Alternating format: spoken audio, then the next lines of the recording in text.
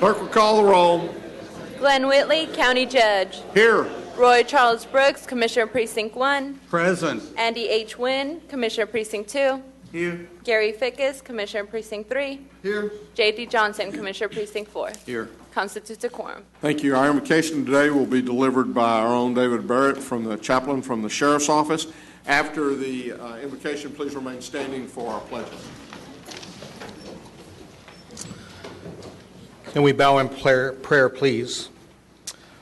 Almighty God, your blessings to us are innumerable, and your mercies toward us are new every morning.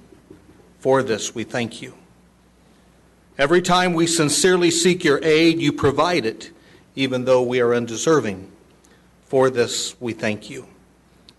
To serve the citizens of Tarrant County, you have blessed us with an employee family that is second to none. On each of them, please pour out your blessings in the way they need it most. And for this, we thank you. We remember before you those of our employee family who have died in the past year. Robert Knowles, Sheriff's Office. Sharon Walker Alexander, Sheriff's Office. William Brigham, Judiciary. And Kelvin Simeon, Sheriff's Office. Their lives impacted us, and their passing leaves an empty space. But we had them for a while, and our memories of them forever. For this, we thank you. Be with us this day and every day.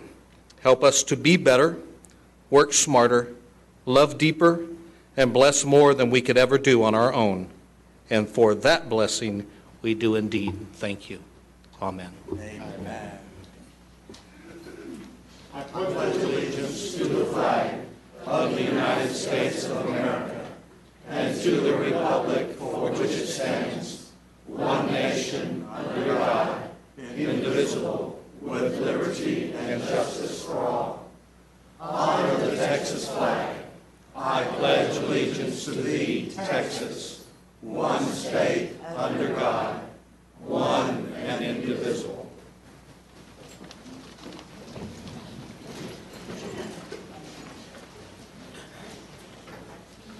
Agenda announcements, Mr. Manius. Thank you, Your Honor. Members of the Court, we have one announcement, and that is simply that as everyone walked into the building, they saw that the festivities are being set up for Employee Appreciation Day. We intend to be out there by 12 o'clock to start the program. Yes, as Chaplain was talking about the blessings and talking about the Lord pouring out those blessings, I was hoping that he doesn't pour out the rain on those blessings until after we get through with our outdoor activities. Out there. That's right. Court members, you have before you the minutes of our regular meeting of April the 21st. Move approval. Second. We have a motion and a second. Any discussion? Please vote. A couple of you need to hit your green buttons. Motion passes unanimously. We have we have a resolution, a proclamation, and then our employee recognition. Our first resolution is National Day of Prayer, and I'm going to ask Vicki Phillips, the Executive Director of Tarrant County National Day of Prayer Committee, to come forward to accept the plaque, and I'll read the resolution into the record, and then I'll come on down there.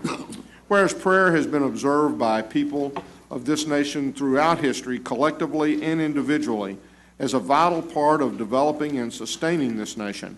And whereas the Continental Congress issued a proclamation in 1775 setting aside a day of prayer with the belief that prayer was a vital foundation to every endeavor in life, especially in forming a nation. And whereas George Washington, in his April 30, 1789 inaugural address stated, "The proudest smiles of heaven can never be expected on a nation that disregards the eternal rules of order and right, which heaven itself has ordained."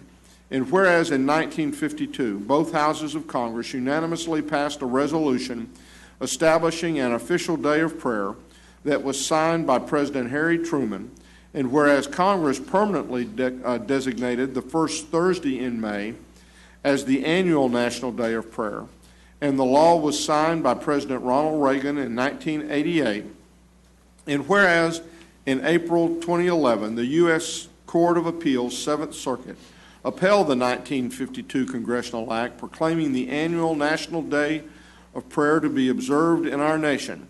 And whereas the theme of the 64th Annual National Day of Prayer is, Lord, hear our cry, and the theme scripture is 1 Kings 8:28, hear the cry and prayer that your servant is praying in your presence this day.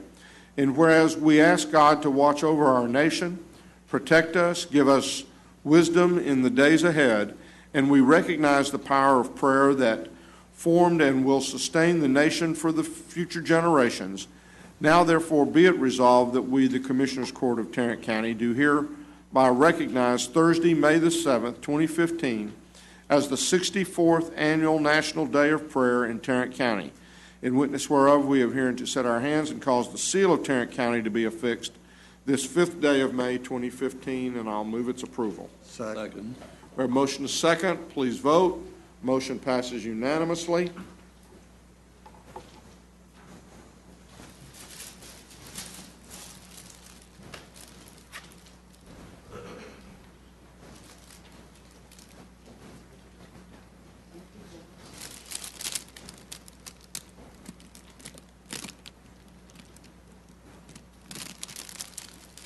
Go ahead. Thank you. Judge Whitley and Commissioners, I want to thank you for this honor and thank you for recognizing National Day of Prayer in our community. In the days that we live in today, we all know that prayer is vital to our community in Tarrant County, and we are ramping up our prayer organization in our community. We are now well on our way to the Adopt a Leader program, which our goal is to have citizens from Tarrant County adopt every elected official that affects our community. And after they adopt the leader, they will pray for that leader. They will encourage them throughout the year. And at the end of the year, we want to have a banquet where we join the leaders and the people that have been praying for them and discuss the importance of prayer in our community. Last year, during National Day of Prayer, State Representative Stephanie Click made a statement to our National Day of Prayer event, and she stated that during her time in the state legislature, that it was those prayers and people calling and encouraging her, during that time that helped her, get through some very difficult sessions. And so we want that type of support for every leader that we have. And when I was praying about, the scripture for this year to share with you today, the Lord shared with me Jeremiah 32, where he says, is there anything too difficult for me? I'm the God of all flesh. And so we are praying by faith and believing for the Lord to protect our community and to encourage all of those who lead us. And we thank you for this opportunity. Thank you very much for coming out. Thank you. Appreciate you.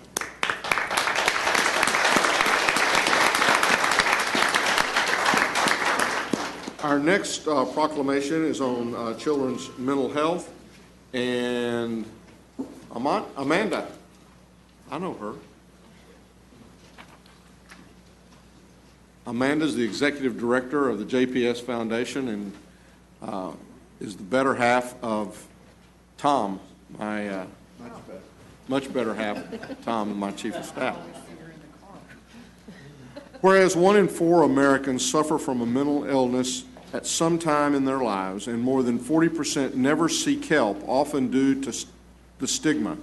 And whereas the health of our entire community, especially our children, is crucial to our success, and emotional health is just as important as physical health in our community's well-being.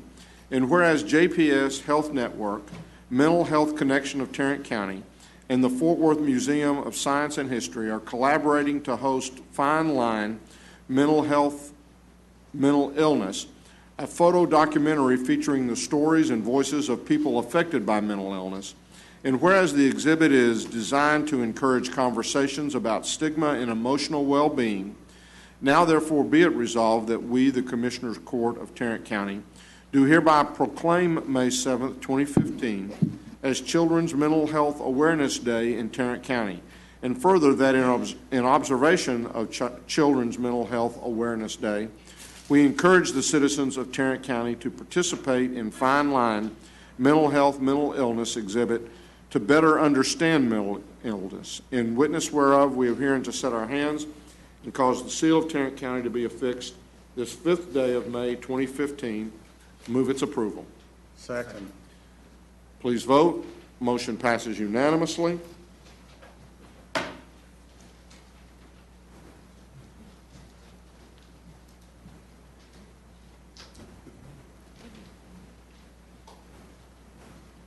Who's taking the picture? Where's Annie? She's downstairs. She is.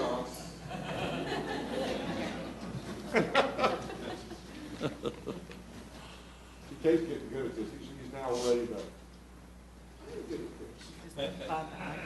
If he can remember what his password is, so he can get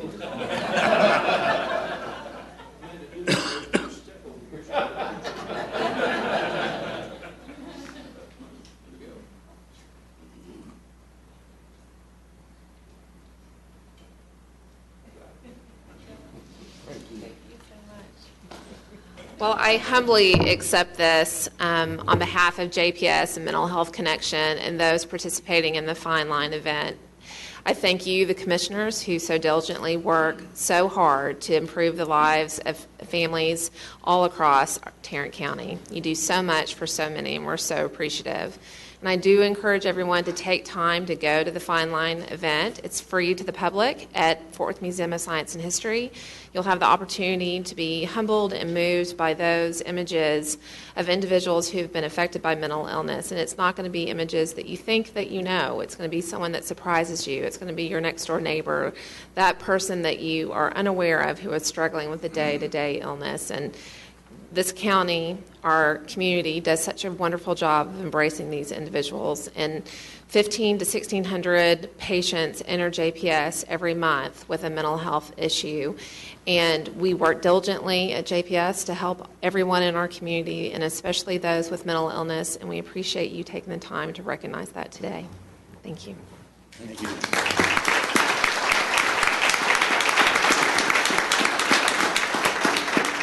Commissioner Fickus, I believe you had a... Yes, thank you, Judge.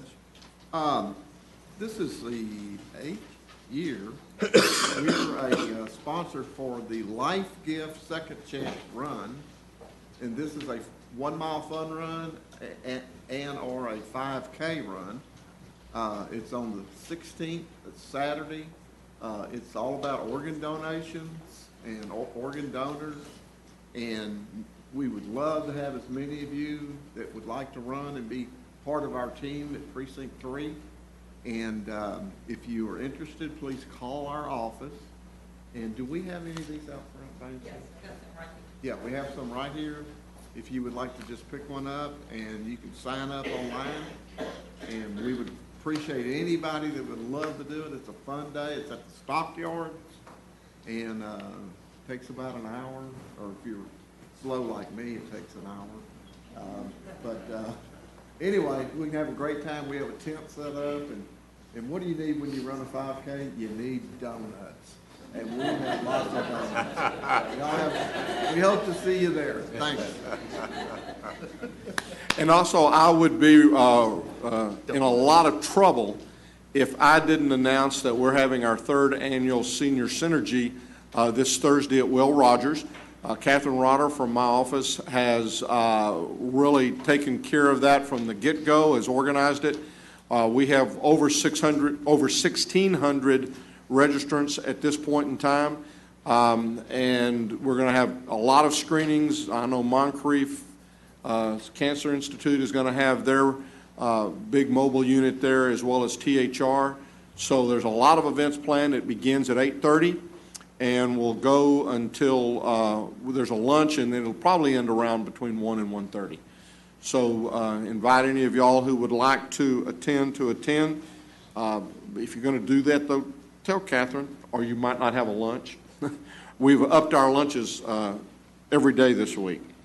So again, I want to thank her for everything she's done on that, and then thank the rest of my staff, because I know the rest of this week is going to be spent focused on that. With that, I now have the opportunity to do our employee recognition. This is an exciting time for me each month. It's a time when GK gets a little recess from the courtroom while I'm reading all the names.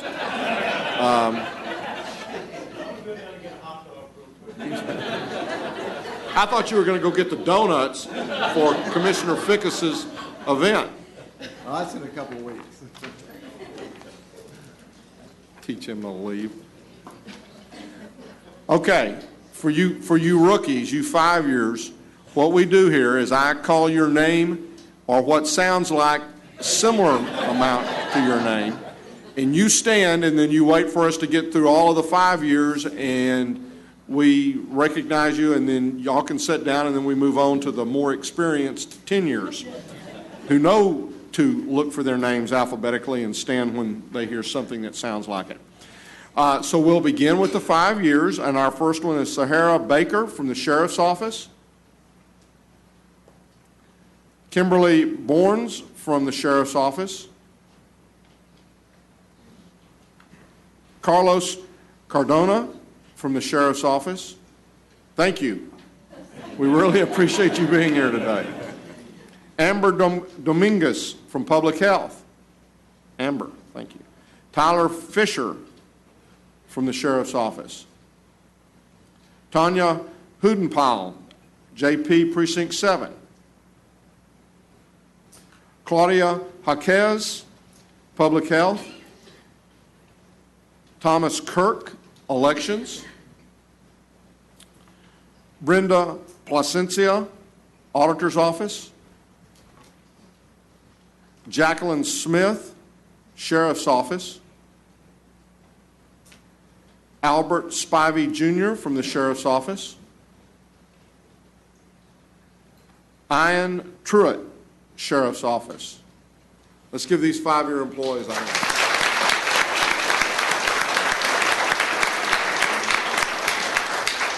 Now, y'all are experienced, so when you come back in here 5 years from now, you'll know what to do. Thank y'all. Now for our 10-year employees, Jerome Adams, Sheriff's Office. Cynthia Bryant, Co-op Extension. Georgia Cartwright, County Clerk's Office. Peter Inop, Sheriff's Office. Okay, is that close? No. Inopi. Well, at least you could recognize it. Or you knew alphabetically you were coming up. Cashel Johnson, Criminal District Court Number 1. Connie Lewis, Medical Examiner's Office. Mario Martinez, Sheriff's Office. Jason Murphy, Precinct 2 Operations. Letitia Ponce, Sheriff's Office. Richard Sanchez, County Clerk's Office. Dorothea Sanders, Sheriff's Office. And Michael Simon, Sheriff's Office. Let's give these 10-year employees a hand.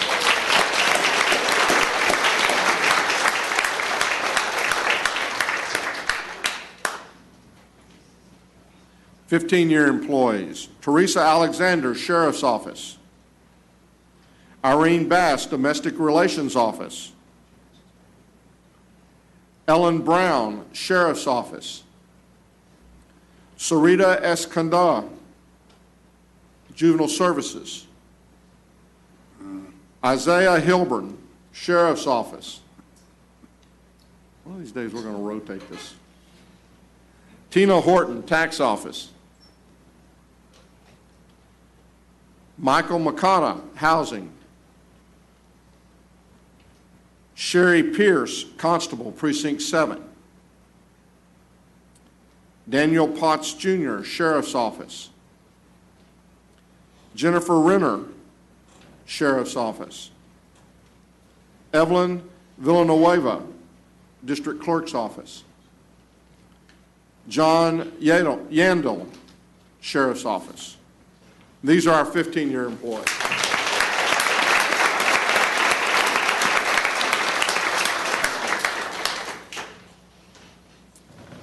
Now for our 20-year employees, Clifton Alcon, Sheriff's Office.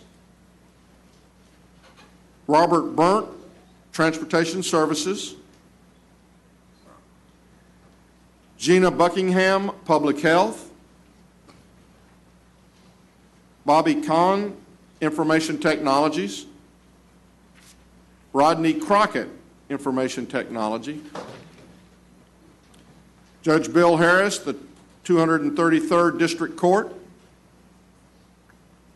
Robert Harvey, Sheriff's Office. Let's give these 20-year employees a big hand.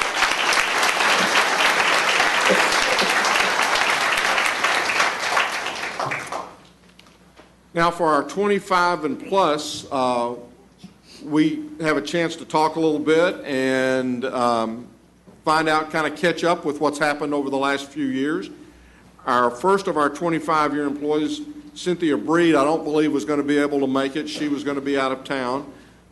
So she's with the District Attorney's Office. Be sure and congratulate her. Next is Pamela Cole from the 371st District Court. Likewise, I had talked with her, and she wasn't going to be able to make it, but again, 25 years, so please congratulate her. Next is our crack cameraman and video recorder, Jim Duff. Where are you, Jim? And man behind the curtain.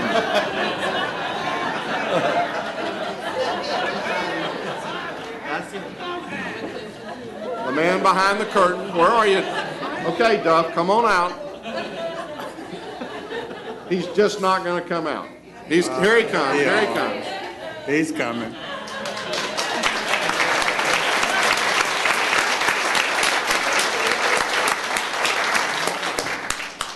Jim's been with us for 25 years. He said, I started in the same office that he's in now. No, you got to stand up. You got to stand up. You ought to know this by now. Basically, he said he's had an opportunity to work on a number of conferences. I know both for the TAC as well as for NACO. He was very critical in pulling off our NACO conference a few years ago. He's been around for the opening of many buildings. He said he's a little surprised that he's made it 25 years. But I think we're very thankful that he's made it 25 years. You had a wedding the last couple of weeks, didn't you? The stress is kind of beginning to melt. No, I understand that. I do understand that part. And I believe what you said was that y'all had just recently celebrated your 20th anniversary. Stand up, Claudia.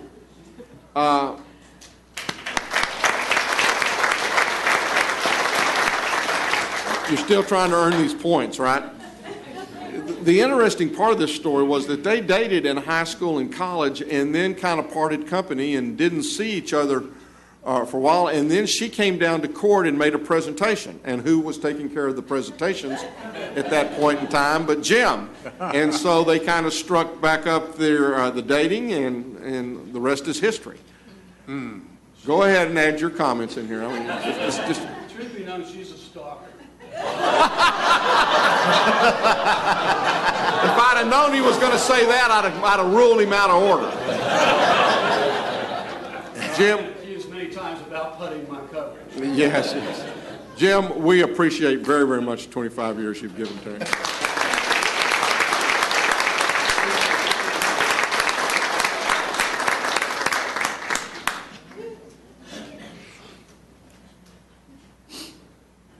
Next is Phyllis Jack with Constable Precinct 2, 25 years. This was the month that we were having problems, that a lot of folks just had a lot of different things going on. When you see Phyllis, be sure and congratulate her on her 25 years with Tarrant County. Next is Jill LeClaire, Domestic Relations, 25 years. Thank you. She started in domestic relations as an assistant director of family court services, and that's what she's doing now. And she said the memorable moments was when she moved into the new building. She likes everything that has to do with the department. She is very very appreciative of the people that she's had a chance to work with. She actually moved here from Florida when she started work with the county 25 years ago. She said the people have always been there to help her through life changes. She had an opportunity to work with some great judges and with some great attorneys over the year. She loves horses. Recently got her a new horse. She said over the years what I have really enjoyed doing is that watching the people that she's had an opportunity to pick and then be able to train and watch them develop and mature through the department. She said the department has continued to change as the judges changed. She has also watched the downtown area and seen it come from, which was not so friendly of a place to be around, to a place now that's vibrant and very exciting.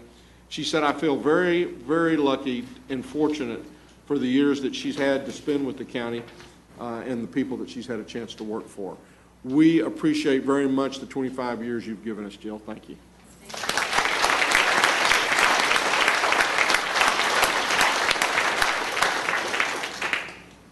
Next is Cora Payne with CSCD, 25 years. Cora wasn't sure she was going to be able to make it down, but if you have a chance to see her or talk with her, please congratulate her on her 25 years with CSCD. Next is Pat Benavides from Election Administration, 30 years. 30 years with the county.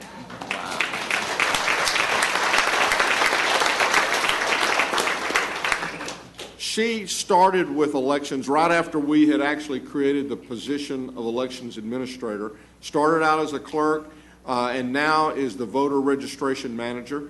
You know, when asked about her most memorable moment, she said, when you get around those primaries, it's just unbelievable the number of hours that everybody puts in to make sure that the job gets done and gets done properly.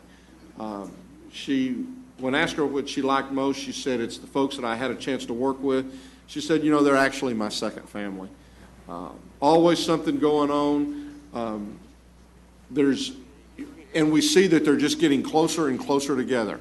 Even you know, when the Congress or when the state meets, they tweak things a little bit, and sometimes they don't realize what those tweaks are. And there was an example of that not too long ago with the military vote, and it backing up on top of the primaries and the municipal elections. And the result of that is asking a lot of asking the municipals and the local elections, the school boards, city councils, and those types of elections to go to the odd number years so that we didn't end up having to go out and spend millions of dollars on other machines from that standpoint. She said it is never boring. It has always been a great experience. Since the last time we talked, we've got a new elections administrator. There's Frank. Technology continues to change. She has 3 grandkids, 2 girls and 1 boy, and they spread in age from 11 to 7 and then 4.5 months. And the good part about it is they all live in the area. Patricia, we appreciate very, very much the 30 years of service you've given to Tarrant County. Thank you.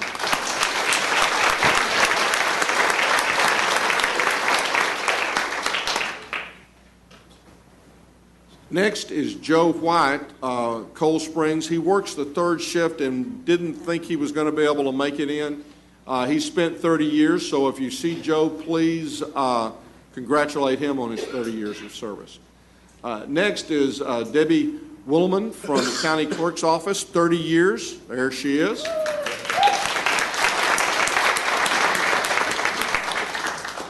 Started in the County Clerk's Office in the accounting area, then to probate, and that's where she is now as a probate supervisor. When she first went to the county, she was interviewed by M.R. Huffman, and he took her to 2 departments and asked her where she wanted to work. And, you know, then she had an opportunity later on to work with Suzanne. She said that when she lost her husband, the department really circle around her and helped her get through that.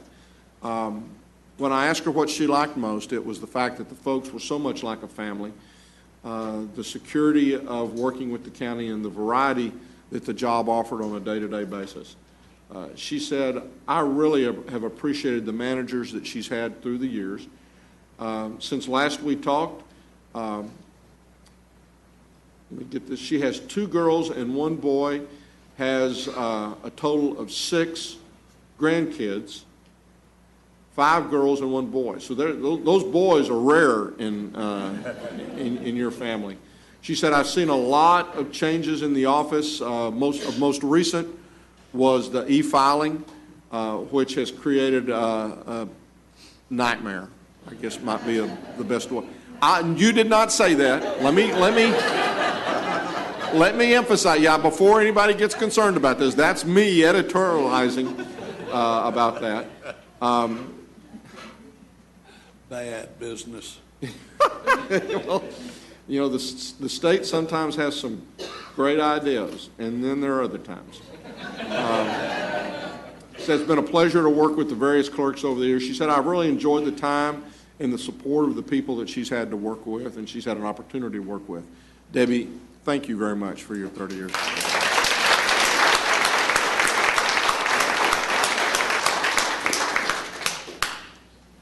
Next is Susan Boudreau, District Attorney's Office, 35 years.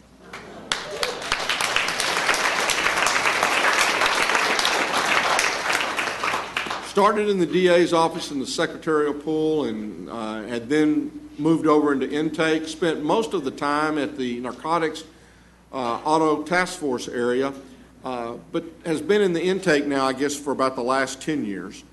When I asked her what she liked most, it was the environment that she'd had a chance to work in, the ability to come and to get work done and not to have to take it home. So that was something that meant a lot to her. She said 5 years ago that it didn't seem like 30 years, and when we talk, it's just amazing how quick time goes by, and I know I don't have to tell many of y'all that. It just seems like yesterday when you came, but she said, it's been a safe place, some place where she knew that she would be comfortable there. When I asked her what had happened since last we talked, she said, I have, since becoming a grandparent, that seems to be a focus of my conversations when I talk with folks. She has 12 grandchildren right now, and she says the 13th grandchild is due in this month, and that most of them live in this area. So, Susan, we thank you very, very much for the 35 years of service you've given to Tarrant County.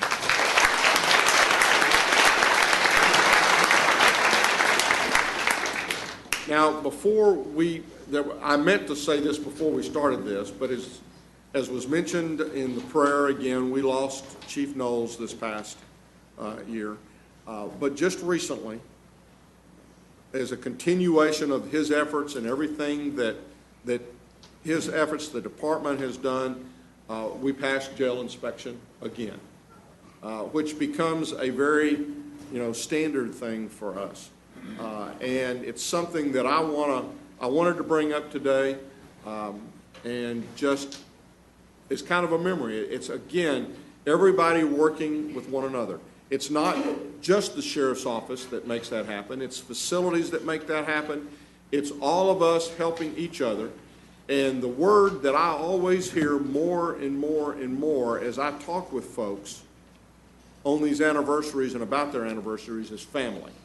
It's the family feeling that we approach not only in our departments, but I really think across the county. It's trying to help each other serve the citizens or to serve the individual departments within the county. You're all what make that happen. And we cannot say thank you enough for the professional way you do that and for the way you go about that second mile. And we appreciate that very much. 775 years. Do we have refreshments? Not anymore. We have them because Wilder's over here chomping at the lips.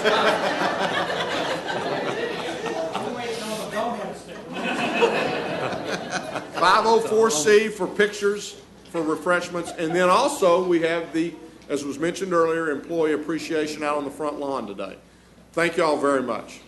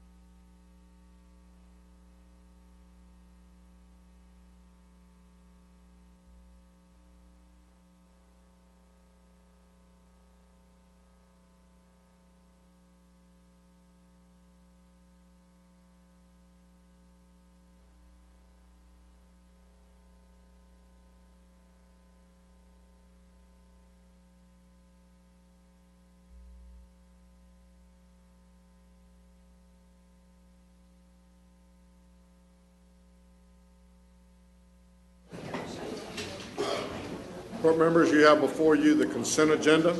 Move approval. Second. We have a motion and a second to approve the consent agenda. Any discussion? Please vote. Motion passes unanimously. We have a public hearing today.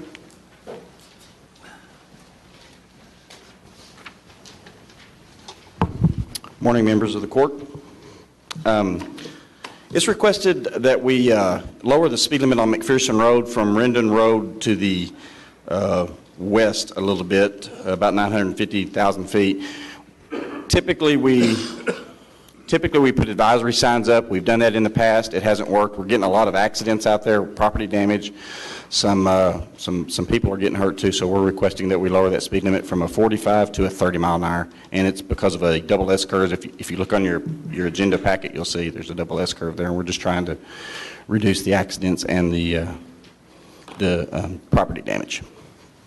This time I will open the public hearing and ask if there's anyone here wishing to speak to this matter. There appearing to be none, then I will close the public hearing and ask for any action that might be called for at this time. Move approval of the requested action. Second. We have a motion and a second. Any discussion? Please vote. Motion passes unanimously. Thank you. Mr. Manius. Thank you, Your Honor. We have 5 additional items to bring to the court this morning. The first one, we're requesting that the court approve a Texas Sheriff Prosecutor resource sharing addendum. This is between Dallas, Tarrant, Travis, Midland, Potter counties, and the Texas Conference of Urban Counties. Move approval. Second. We have a motion and a second. Any discussion? Please vote. Motion passes unanimously. Members of court, on item number 2, this is another Texas Share issue. We're requesting that the court approve 3 indigent defense project addendums with CUC as it relates to the Texas Share program for the implementation of the web-based indigent defense appointment and compliance monitoring system project. Move approval. Second. We have a motion and a second. Any discussion? I have one request. Mr. Manius, because these projects are very long-term, Yes. and we do make amendments and changes to it. Yes, sir. Would it be possible if your office creates some sort of an Excel spreadsheet that allow us, or at least me, the ability to track the investment that we make Absolutely. a little bit more Absolutely. together? That would be very helpful. Yes, yes. Let us put something together, bring it to you, see if that meets your needs. If not, then tell us what we need to add to it, and then we'll finalize that and give it to all the court. Thank you, GK. I will make note that when you see things where we're adding people to, or adding counties to the resource, what that means is we're going to be getting a refund. Absolutely. So that's where we are getting a return on the dollars that we spent as a result of more counties coming in to the process. Any other discussion? Please vote. Motion passes unanimously. Just to comment on that, Your Honor, on item number 1, with the prosecutor aspect, with that addendum, we were going to receive another $92,000 plus because of the entrance of Potter County into that program. Yep. Good. Members of the court, we can go to item number 3. We're requesting that the court approve,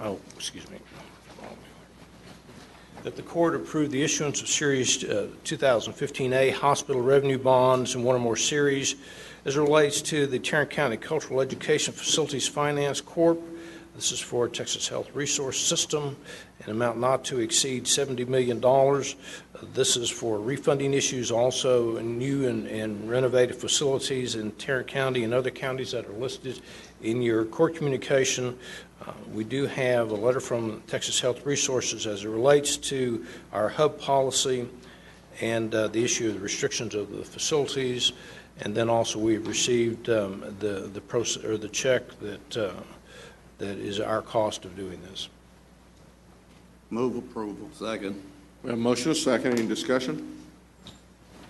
Please vote. Motion passes unanimously. Members of the court, if we could go to item number 4, we're requesting that the court approve a resolution in support of the National Stepping Up Initiative to reduce the number of people in our jails suffering from mental illnesses. Move for approval. Second. We have a motion and a second.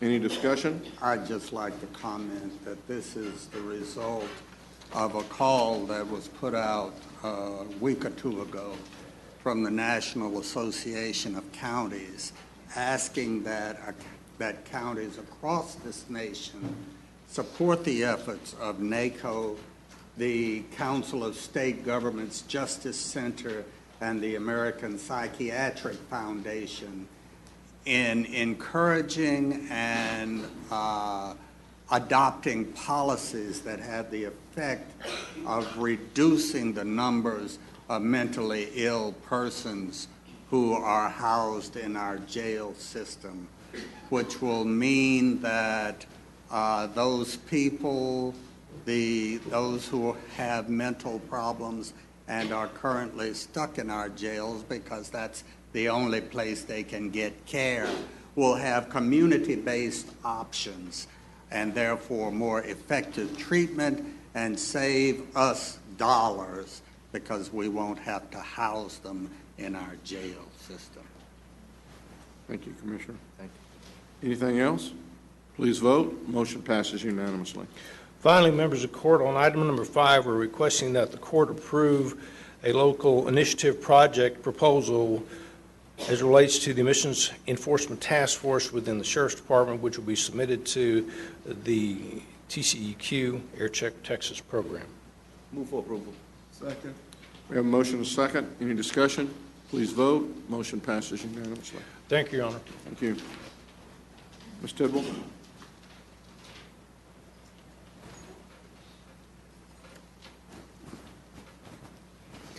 We have one item we're asking the court to consider this morning, and that's to receive and file the Tarrant County financial statements for the period of the 6 months ended March 31st, 2015.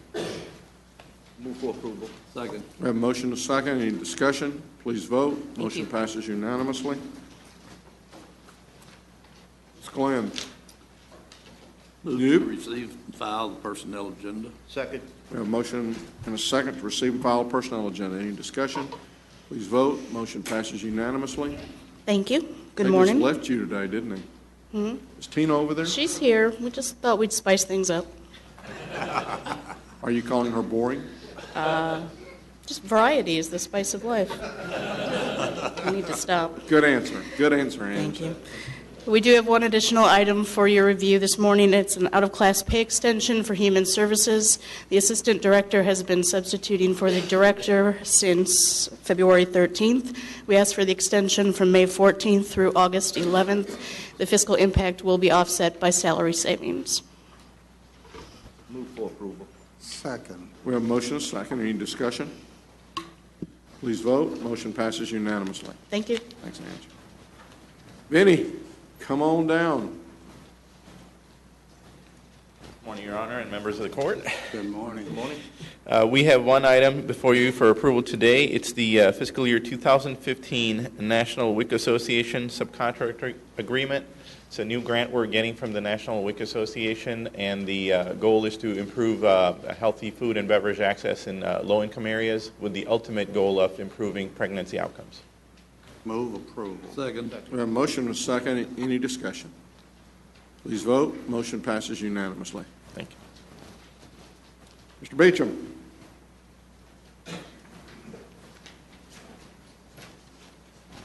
Good morning. Good morning. We have 5 items for your consideration this morning. Our first item is a bid award recommendation for bid 2015-092. This is our annual contract for the purchase and service of fire extinguishers, hoses, and commercial kitchen hood suppression systems. Recommendation be to award a per enterprise basis, awarding to Impact Fire Services. Move approval. Second. We have a motion and a second. Any discussion? Please vote. Motion passes unanimously. Item number 2 is another bid award recommendation for bid 2015-089. This is an annual contract for the purchase of self-propelled road brooms for all our precincts. Our recommendation be to award a per enterprise basis, awarding item 1, which is a center-mounted broom, to the 3 primary vendors as shown in the court communique, and item number 2, which is a front-mounted broom, to the 2 primary vendors as shown in the court communique. Move approval. Second. We have a motion and a second. Any discussion? Please vote. Motion passes unanimously. Our number 3 item is again a bid award recommendation for bid 2015-088. This is an annual contract for miscellaneous medical supplies and disposables. Our recommendation would be to award on a per enterprise basis, awarding to the 12 primary and 11 secondary vendors as shown in the court communique. Move approval. Second. We have a motion and a second. Any discussion? Please vote. Motion passes unanimously. Number 4 item is again a bid award recommendation for bid 2015-086. This is an annual contract for MICR printer maintenance and the purchase of maintenance kits. Recommendation would be toward the Office Store Depot Incorporated. Move for approval. Second. We have a motion and a second. Any discussion? Please vote. Motion passes unanimously. And our last item is an item in regards to RFQ 2015-083. This is a request for qualifications for environmental consulting services. Recommendation be toward per the term of the contract, and we're seeking approval from the court to conduct negotiations with the 5 vendors as shown in your court communique. Move approval. Second. We have a motion and a second. Any discussion? Please vote. Motion passes unanimously. Thank you. Thanks, Jack.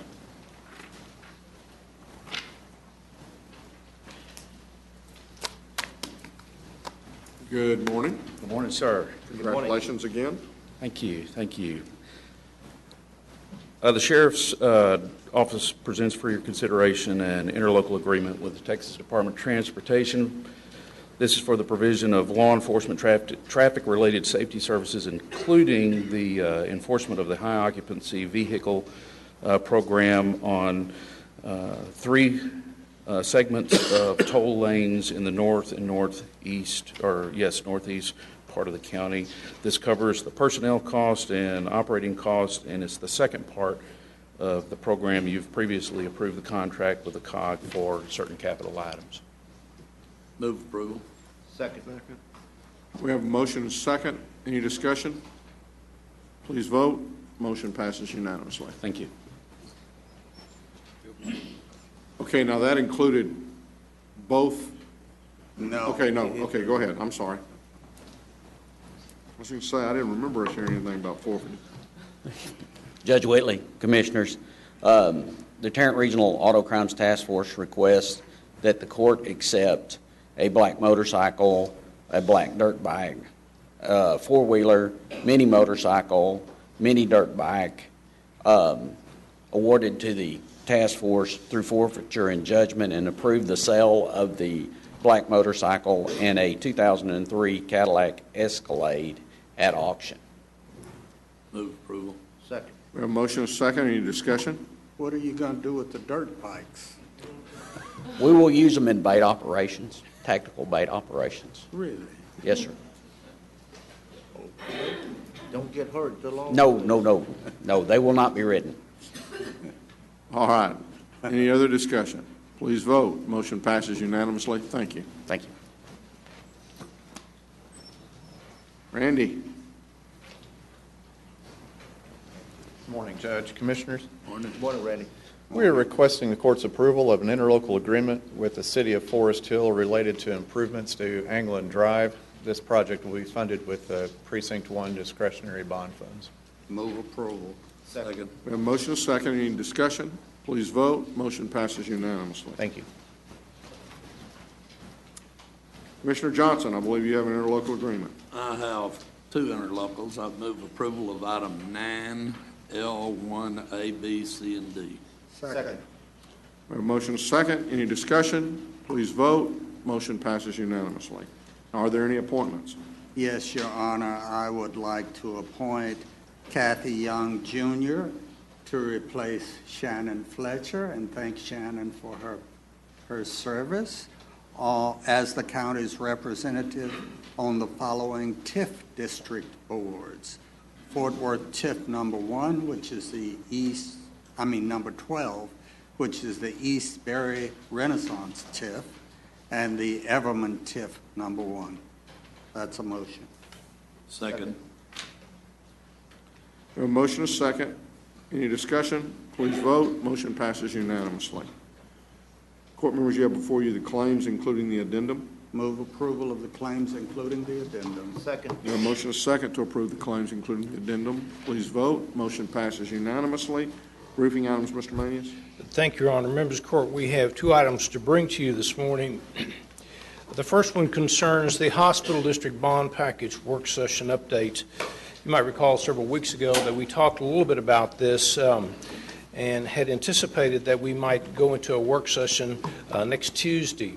However, because of lack of a full court, we'll probably go into a work session on the 26th of May. I've spoken to those members who are not going to be in court in the next 2 weeks, and they prefer to be in court as we do that work session.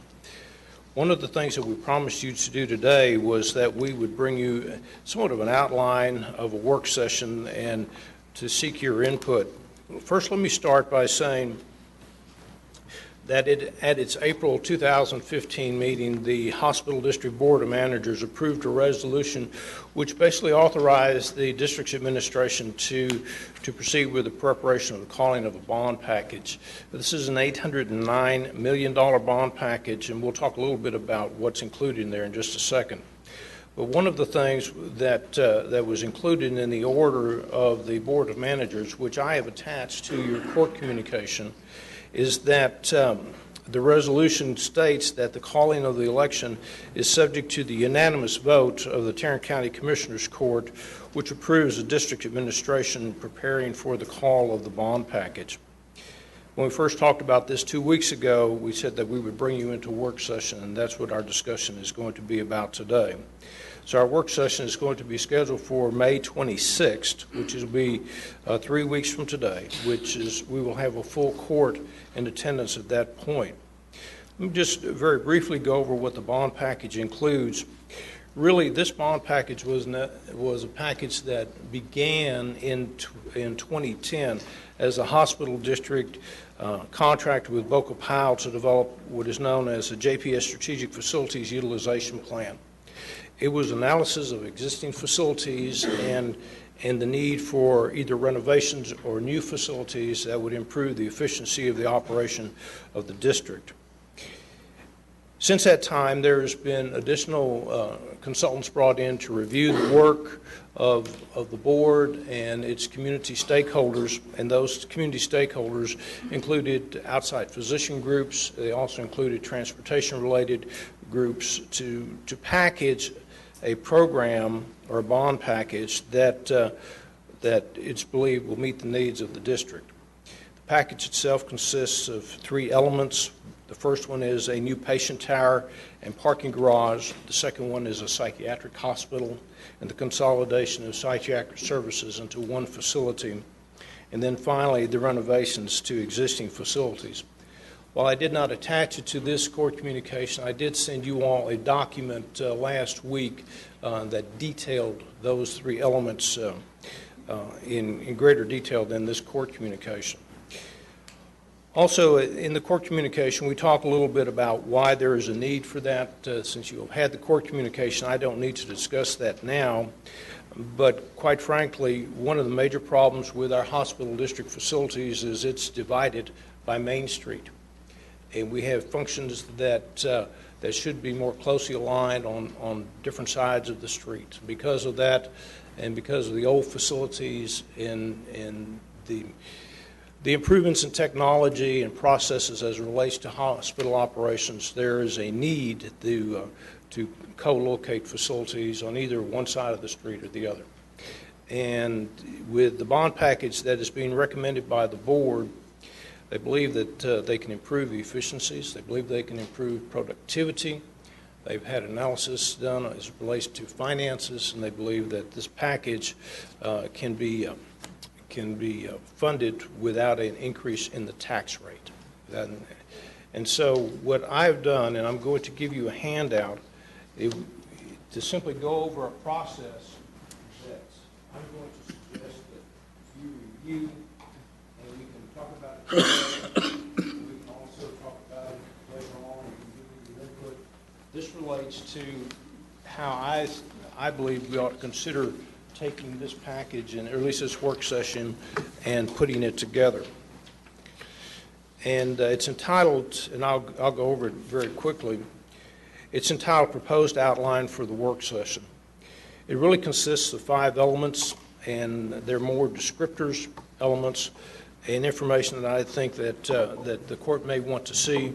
Obviously, it's not what I think, it's what you think and what you want to see in this work session. So this is just a stalking horse, if you will, something to start discussions. First of all, I believe there needs to be an overview of the need of the bond package itself. That includes descriptions such as the role and mission of the district within the community, the environmental changes that affect health care both locally and nationally.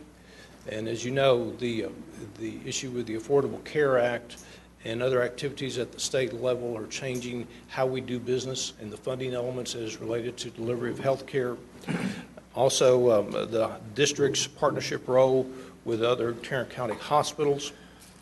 The second element is a descriptor of the facility needs. The question is, why do we need new and modernized facilities? That's something that I believe needs to be presented to the court. It's a justification for the bond package itself.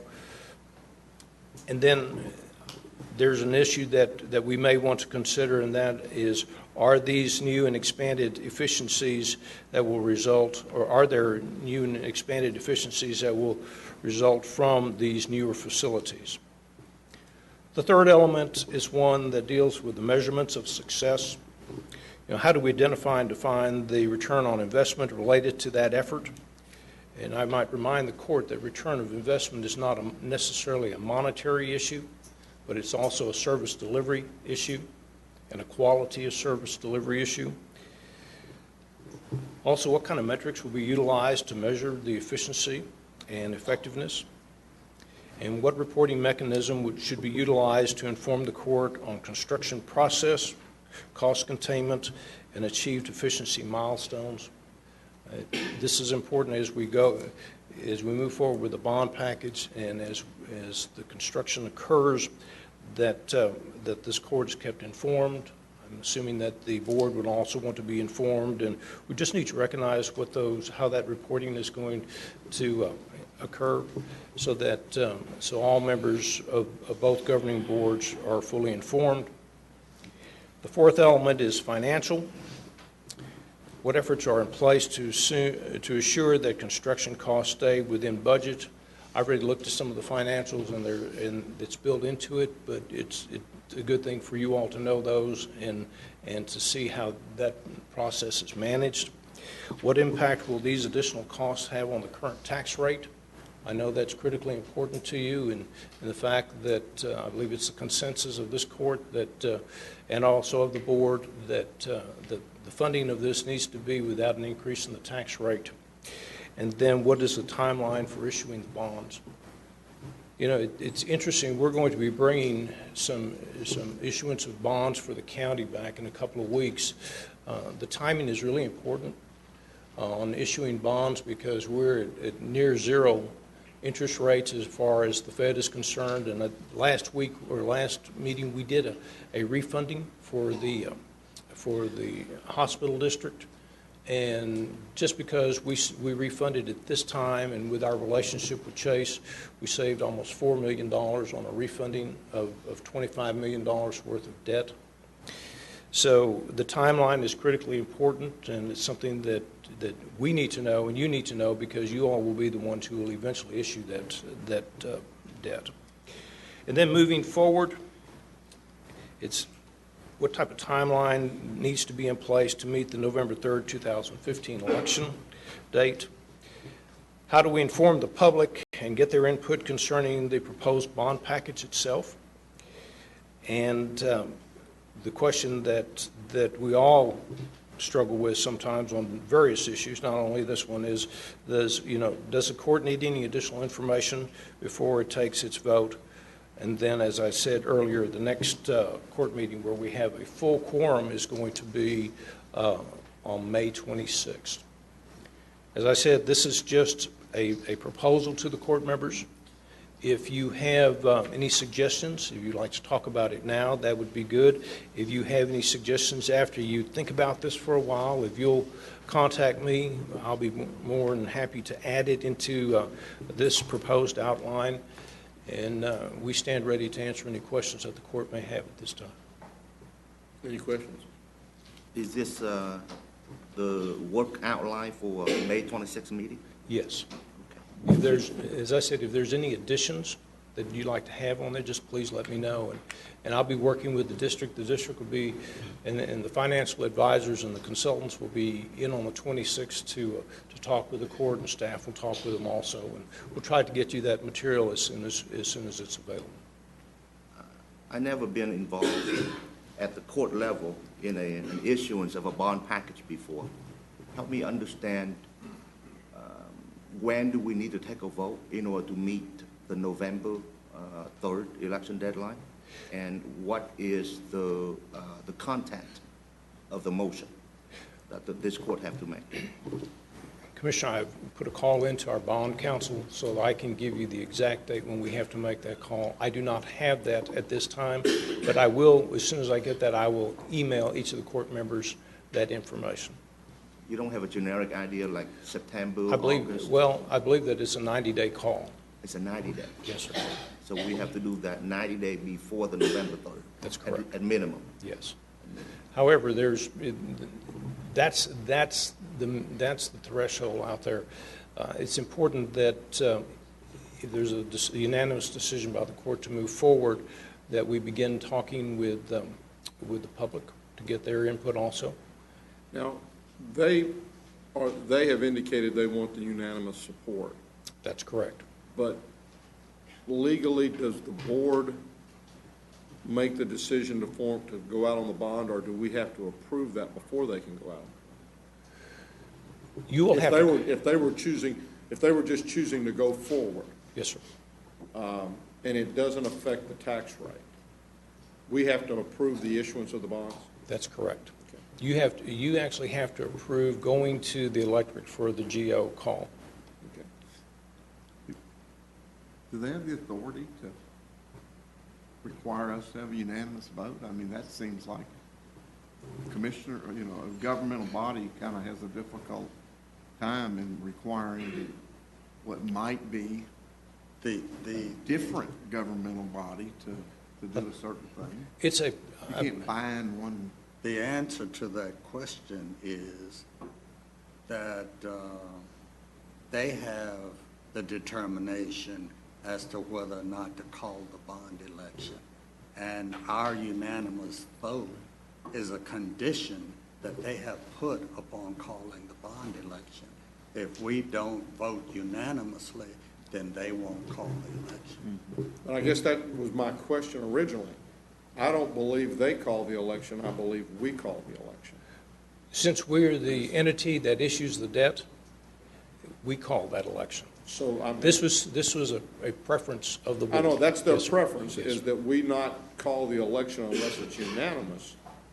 But technically, if we were to decide to call the election, then their vote, and I can't imagine us not doing this, but I mean, if, you know, they're saying this is what they want to have happen before they want to proceed forward with the bond issuance. That's correct. But if we decided to call the election, we could call the election regardless of whether they were in support of it or not, I believe. That's very perilous water. No, I'm not saying we would. I'm just saying, though, that I think Commissioner Fickus's question was centered around whether or not they can dictate to us as to what The other thing is, did they have a requirement that they have a unanimous vote? Not to my And knowledge. did they have a unanimous? It was 10-0. It was 10. Well, there's 11 members on the board. Was somebody absent? It was a 10-0 with one abstention. So they didn't get a unanimous vote. Yeah, no, sir. The vote was 10-0. They had 11 members there and 10 one voted for it. and one abstention. Yes, sir. Okay, so what was the ground for the abstention? Was it a conflict of interest? Or? I don't know the answer to that, Commissioner. I don't believe it was a conflict of interest. It was maybe just a preference.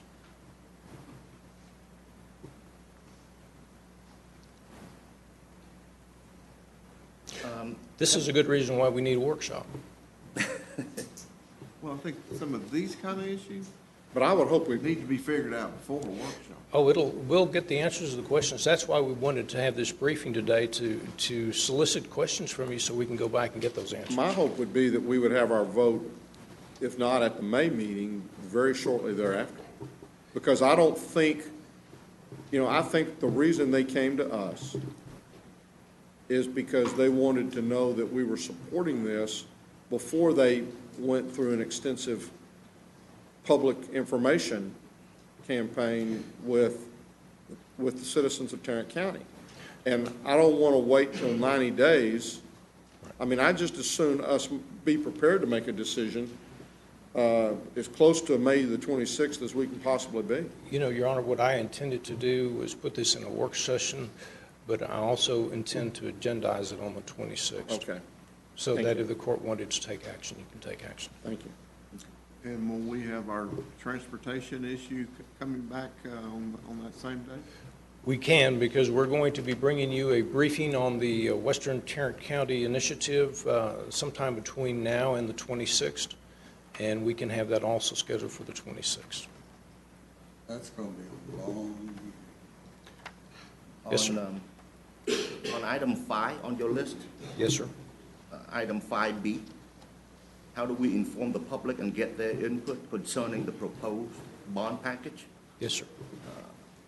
I don't really have visibility into the actual process that JPS went through in order to arrive at the proposed bond package. So I have two questions for you. I have not received any briefing at all from the leadership at JPS, and I have never received any briefing at all from the financial people who are responsible for the financial projection of this bond package. The only briefing I received from them was on March 17, and 16 days later, the board voted. During the March 17 meeting, and you were there, and Commissioner Brooks was there. Yes. Not one sticky note was provided to me. And during that meeting, I also asked for financial analysis, financial projection, and to this date, I have not received those documents. The only documents that I have received is some of the presentation that you gave me, GK, and you told me that you obtained that from the public records that are available online and so forth. So I think for me personally, I need those information, okay? That's first. Second, I need to understand clearly in writing the actual process that the board went through for the past however many years you claim started in 2010. That was your exact statement. I'd like to know what process they went through and how the public was engaged in this process. And in item 5B, you mentioned how do we inform the public and get their input. I'm wondering is it too late to obtain the public input because the package have already been formed. So how are we going to obtain public inputs and for what purpose? If the package have already been formed. So I'm a little bit confused about that. So can you work? I know some of these information you don't have access to it either. And you may have to go and work with JPS to obtain these documents. What are your thoughts about it?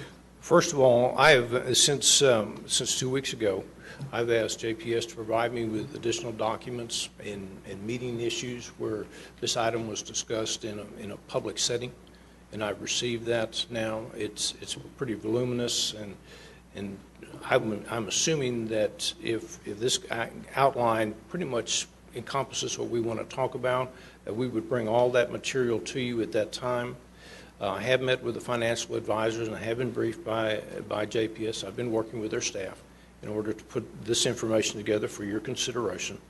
And so as if you agree that basically this is the outline you want to follow, then what we will do, we will generate that information, and as I earlier said, get that to you prior to the 26th meeting so that as you review it, if you have additional questions that you can ask us so that we can have a full briefing, a full work session on the 26th.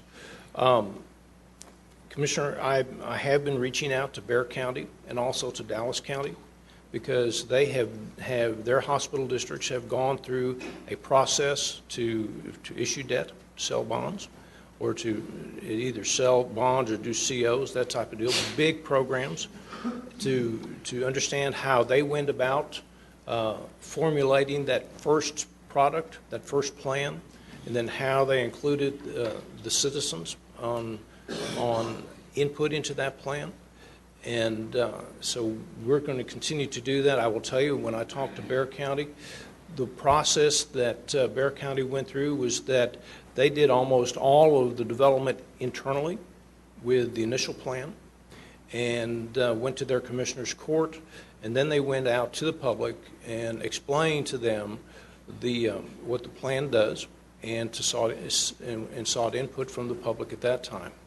Dallas County was a little different because they went to their commissioner's court in, I think, 2005, and because the plan was literally to replace Parkland, that they put together a business work. They had already, at the time they addressed the commissioner's court, they had a plan put together, and they asked, they put a business roundtable together to evaluate that and come back with a recommendation to the court. Once that happened, they moved forward, and they've had a successful bond package. So we are gathering that information for you, because I know that's something that you want to see. We're processing and proceeding just as others have, and there's little differences. But one of the things when I talked with Bexar County and the people that were involved in that, they said you need to have something that talks about from people who are professionals in the field that understand the functionality and how building buildings in hospital settings, what result you have from facing the outside. In other words, how does it help the citizens? And they gave an example. If people say that we need more time, we want to go through the waiting rooms faster, well, yes, you do, but you have to have an internal structure to support activities that will move people through the waiting room faster. And so it's not just a single path that they go through. It's a different way of looking at it. And what JPS has done, they have used both internal and external sources. External sources has not been the community as a whole, but more those professionals that use the interior workings of the hospital, be it doctors, be it other scientists, be it different working groups, to formulate this plan. And now they're coming forward with this plan for it to be reviewed by the court. One of the reasons why we wanted to do a work session is to fully lay this plan out, not just for the view of the court, but for the public to begin to look at the plan. The plan has been worked through public hearings, or not public hearings, but public meetings at both the board level and also the planning committee level. So there has been some public exposure to this, but Commissioner Wynn, you're absolutely right. You need to have more information on that, and we intend to provide that to both you and to the court. I would urge that you provide that information as quickly as possible. Yes. So that we can at least be close to being prepared to have a vote on the 26th or shortly thereafter. Commissioner, you raise a good point. Our goal was not to just have one big load on the 26th, but to feed this to the court as we develop it. And I think that's what we asked you to do a couple of weeks ago in preparation for this, is to give us an outline, give us an opportunity to ask if there was additional things, and if what all we were looking for from that standpoint, and then move that together for the work session and to be able to carry forward. And, Your Honor, as I said, if there's other things that you or the court members want to see or more granular detail on some of this, just let me know. Well, again, the issue on the unanimous vote, was it required that the board have a unanimous vote? No, it was not. It was not? No, sir. But they decided to require us, and is it legal for a hospital board to require that we, as a county, have a unanimous vote to approve, to move forward on something like this, when state law dictates there are a few things that a commissioner's court has to have a unanimous vote on? That's correct. But they're very few. Right. And I question whether it's legal for a hospital board that we appoint to require us to have a unanimous vote. I'd like the answer to that question. You'll get an answer to that very quickly. Do you know? Commissioner, I'm not prepared to answer that question today. Okay. I will look into it and try to come up with an answer for you. We'll try to get an answer, and we'll send that answer out to the court members, and we'll get it to you this week. I think we know what the answer is. We just need to double check. I recall the chairman of the board and our CEO saying that it would take a unanimous vote of the board and a unanimous vote of the Commissioners Court when he came up here and talked to us about the bond issue, about a month ago, whenever. Sure. Mm-hmm. He had, I don't know, Chairman Emerson was here that day. He probably was, and Charlie Powell was here, and so. Commissioner, anyway. we hear what your question is, and we'll get an answer to you. I have two suggestions to, Yes, sir. to this outline here. On item 3, Yes. measurement of success, I would like for us to discuss, if possible, put in place an objective and systemic mechanism in which accountability will be upheld objectively, not subjectively. How are we going to hold people accountable for the metrics that they claim would happen? One of the metrics, as I understand it, is an improvement of 2% in productivity and efficiency on an annual basis for the next 10 years. Yes. A total of 20% improvement, and as I understood it, as I read through the documents that you provided me, that 20% improvement will be as a result of a reduction in headcounts. Okay? An approximate of 300 plus employees will be eliminated because of this efficiency. So I'd like to see how we're going to do that, how JPS is going to do that. Sure. How we're going to measure that, how we're going to hold people, the leadership of JPS, accountable to those metrics. So I think we can have all the reports that we want, but without accountability, $800+ million of taxpayers' money deserve a whole lot more accountability than just reports. Second, under item 4, financial, I'd like to see a guarantee statement from the financial people who did this work, that there will be no tax increase. I understand it is done by an outsourced company called FGR, and I'd like to see how FGR arrived at this conclusion that there will be no tax rate increase. And the only projection that I saw was for a 10-year period, and this is going to be a 30-year bond package, right? I believe it is a 30-year package. So I only saw a 10-year projection instead of a 30-year projection. And I think it's very important that I myself, I'm not sure about other court members, but I need to see a 30-year projection on how that's going to work. And somebody need to guarantee that there will be no tax increase on this package. Right, and Commissioner, it was... Guarantee is a big word in government. The people that put the financials together was not that particular firm. It was First Southwest, who are our financial advisors. Yeah, all the documents has FGR written all over it. Yeah, the meeting that I had, it was First Southwest was there. That's why we had the financial element here, so that we can address those questions. You know, and I guess the only thing I would say, I agree with Commissioner Fickus. Guaranteed is a big word. It can be impacted by many different things. What I'm interested in is the fact that in the current environment, with reasonable assumptions, that we would not have to raise our tax rate. No one could predict the 2008 recession, especially 30 years out. No one can predict the continued growth rates or anything else from that standpoint. And I think what we try to do when we look at our bond election was that within the foreseeable near future is what we're proposing going to require us to have to increase our tax rate.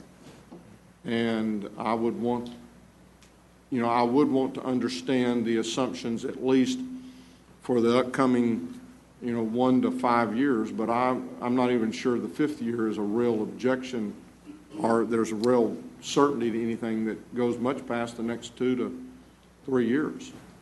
And I think to go 30 years out is going to be something that... When we looked at our bond issue and our tax rate, if I'm not mistaken, we focused primarily on our debt service rate. Was anything that we issued bonds on going to cause us to have to raise our debt service rate as a portion of our overall tax rate? We did not deal with, because we were building roads, and in some cases buildings, we didn't deal with whether the life cycle costs of those projects were going to at some point cause us to have to raise our tax rate. I think that's a question we cannot answer. Well, and my concern is the hospital district relies heavily. 3/4 of its revenue come from the federal government in uncompensated care, in DSRIP revenue, and so forth. And we know the uncertainty of the healthcare future that we have been dealing with on a regular basis, even with our own healthcare program here for the county.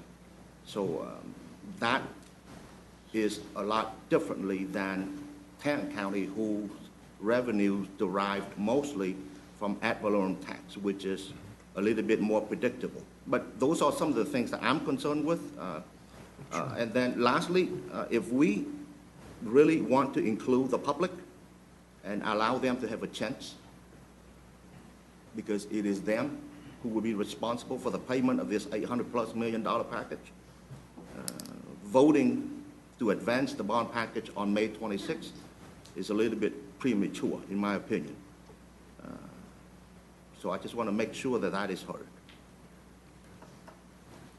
Yeah, and some of the material that Commissioner Wynn is referencing, if you'll check your emails, this is the document that I sent you last week. You'll go through there, you'll see some of the issues that the Commissioner is speaking of. You're talking about this? Yes, sir.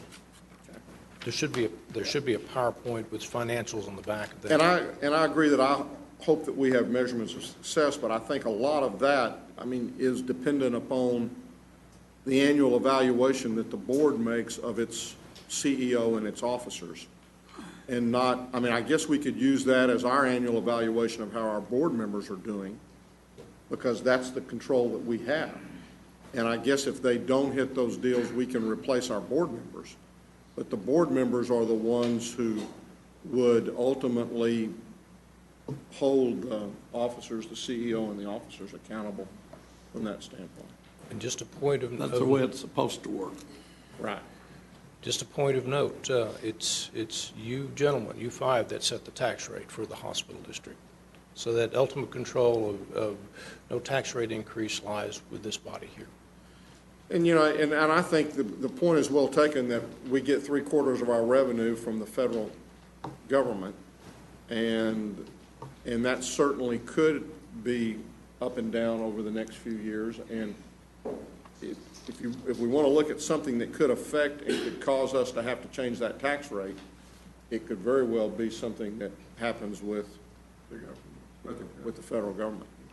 Then maybe we ought to be passing a resolution asking the state to expand the Medicaid program. Now you're going to guarantee a tax increase then. Moving right along. As it relates to this particular briefing item, is there any other comments? I think we beat this horse to death. Yes, sir. Agreed.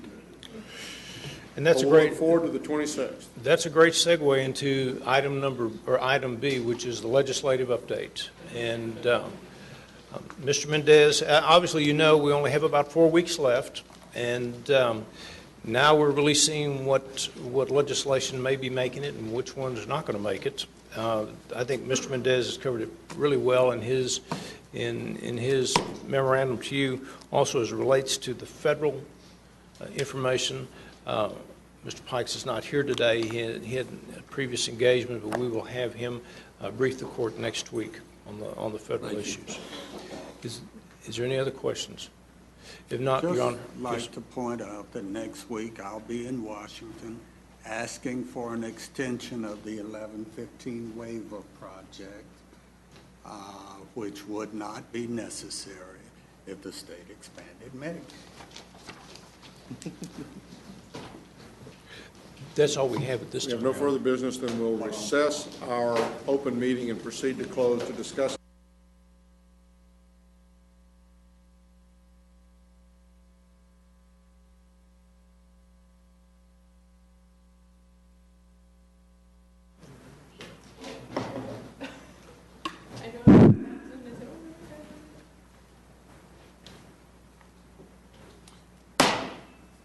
Having returned from our closed session, and there being no business to conduct at this time, we are adjourned. Thank you.